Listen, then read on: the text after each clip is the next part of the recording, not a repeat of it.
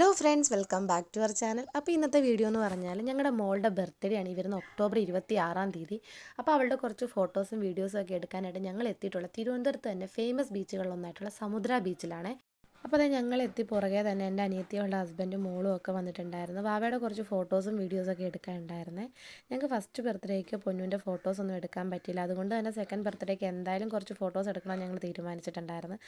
ഭയങ്കര ആഡംബര ഫോട്ടോഷൂട്ടൊന്നും അല്ല ഞങ്ങൾ ഉദ്ദേശിച്ചിരിക്കുന്നത്. ഞങ്ങളുടെ കയ്യിലുള്ള കുറച്ച് പ്രോപ്പർട്ടി വെച്ചിട്ട് ഞങ്ങളെക്കൊണ്ട് പറ്റുന്ന രീതിക്ക് നല്ല ഫോട്ടോസ് എടുക്കണം എന്നായിരുന്നു.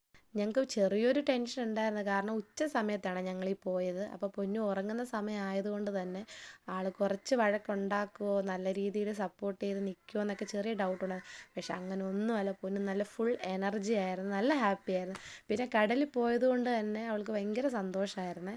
അപ്പോൾ പാറുവിന് ചെറിയൊരു പേടിയായിരുന്നു വെള്ളമൊക്കെ കണ്ടപ്പം. എന്നാലും അവളുടെ നല്ല നല്ല ഫോട്ടോസും വീഡിയോസൊക്കെ നമ്മൾ എടുത്തിട്ടുണ്ട്.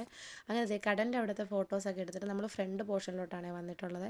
അങ്ങനെ ഫസ്റ്റ് തന്നെ പാറുവിൻ്റെ കുറച്ച് വീഡിയോസൊക്കെ നമ്മളെടുത്ത് ആൾ വീണാണ് ഫോട്ടോഷൂട്ടിന് നമ്മൾക്ക് നിന്ന് തന്നത്.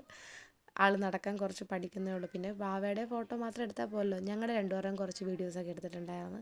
അങ്ങനത്തെ പൂ പറിക്കുന്നതും നടക്കുന്നതും നിൽക്കുന്നതുമായിട്ടുള്ള എല്ലാ ഫോട്ടോസും നമ്മുടെ ക്യാമറമാൻ എടുത്ത് തന്നിട്ടുണ്ട്. ലാസ്റ്റ് ആയപ്പോഴത്തേക്കിനും പൊന്നു നല്ലപോലെ ടയേർഡായിട്ടുണ്ട്. അപ്പോൾ ഫോട്ടോഷൂട്ടും കാര്യങ്ങളും എല്ലാം കഴിഞ്ഞ് ഞങ്ങളെല്ലാം തിരിച്ചു പോകാൻ നേരം കണ്ടൊരു വ്യൂ ആണ് ഇത്. നല്ല ഭംഗിയുള്ളതുകൊണ്ടാണ് ഈ ഒരു വീഡിയോ എടുത്തു വെച്ചിരിക്കുന്നത്. അപ്പോൾ ഇന്നെടുത്ത കുറച്ച് ഫോട്ടോസ് നമുക്കൊന്ന് കണ്ടു നോക്കിയാൽ.